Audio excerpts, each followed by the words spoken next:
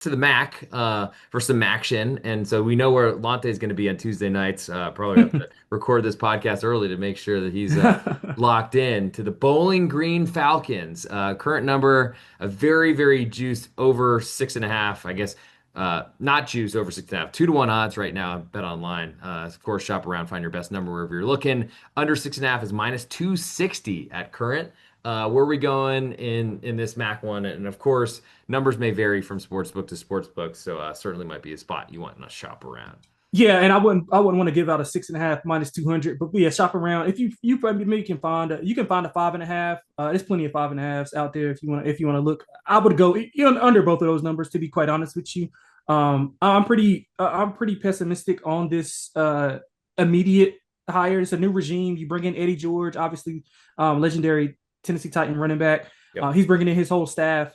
They went 7-6 last year, meaning the Bowling Green. They went 6-2 in the MAC, but they 130th in returning production. Their offense loses three of the best players in the MAC last year. One elite level talent in Harold Fannin Jr., who was drafted by the Cleveland Browns. I mean, he had it all. World. The only tight end who was in his stratosphere was Tyler Warren, and Tyler Warren went top, I think, like 10 or 11 in the NFL draft. So that just goes to show you what level of talent they're losing in Harold Fannin. Now they bring back a lot of their offensive line, which is really good when you're looking at that. But the quarterback position is something that I'm concerned about. Continuity. They're bringing in new schemes on both sides. Obviously, a new leadership between Eddie George coming over from Tennessee Tech.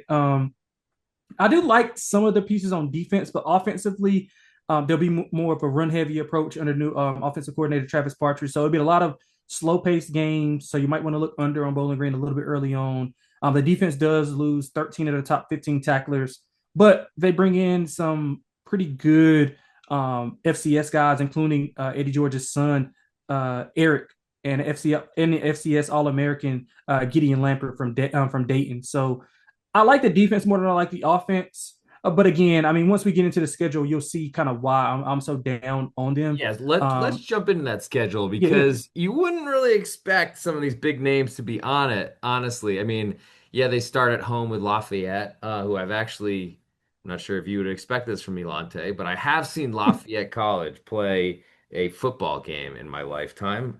My old roommate, actually, when I lived in New York City, went to Lafayette. that was great. And I went out to a Lafayette Lehigh game, which is probably the drunkest atmosphere I've ever seen. And I don't know how to explain that, but I guess I'll leave it there. So start with Lafayette, then they go on the road to Cincinnati. That's going to be brutal. Then they are home for Liberty, as you just mentioned, one of the stalwarts in Conference USA every year, and really every seemingly conference they're ever in because they seem to change all the time. Then they go to Louisville. So, like, that's a really rough start if Yep. they get through the drunken mayhem that is Lafayette coming to town.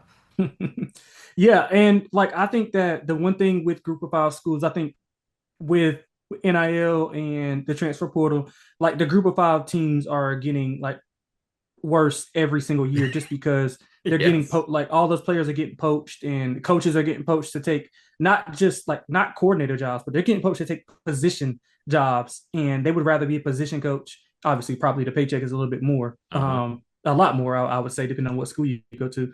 But yeah, and I think the depth is what's going to be tested early on. That's one of the reasons why I'm not too high on this team.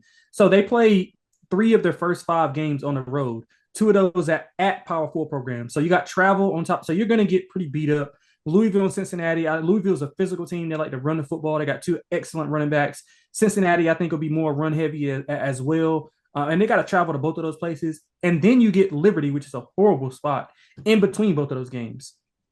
So once you survive, if you survive that, like you have to play two of my top power rated teams. I think anybody who does power ratings would have Toledo and Buffalo somewhere near the top. I mean, they play them at home, which is not ideal. That you would kind of want to get the teams that you're presumably going to lose to. You want to get them on the road, and you want to get those middling to bottom tier teams at home. So they have to go. I mean, so they get Toledo and Buffalo at home. So I mean, I'm counting. If you just count up those are five losses right there, and so we're at seven. So to get over this number, if you're going to go over 6.5 or seven, then you have to really be locked in and get some good injury nutrition for that attrition as well, which I don't see. the depth kind of shining there. One or two injuries here or there outside of the offensive line, which I think they can take a hit on the offensive line because they're so deep there. They're senior laden as well. But I just see a four. I say a 4-8 football team here. I like the higher long term, just not short term right now for Eddie George. Yeah, pretty tough, especially the new coach. If you start with a win, almost guaranteed, and then lose Cincinnati, Liberty, and Louisville in a row and start 1-3. We'll move Yeah. to a team we've already talked about, but not one we've gone as deeply into. Thanks to more service academies. I guess we're the Yeah. Service Academy podcast today.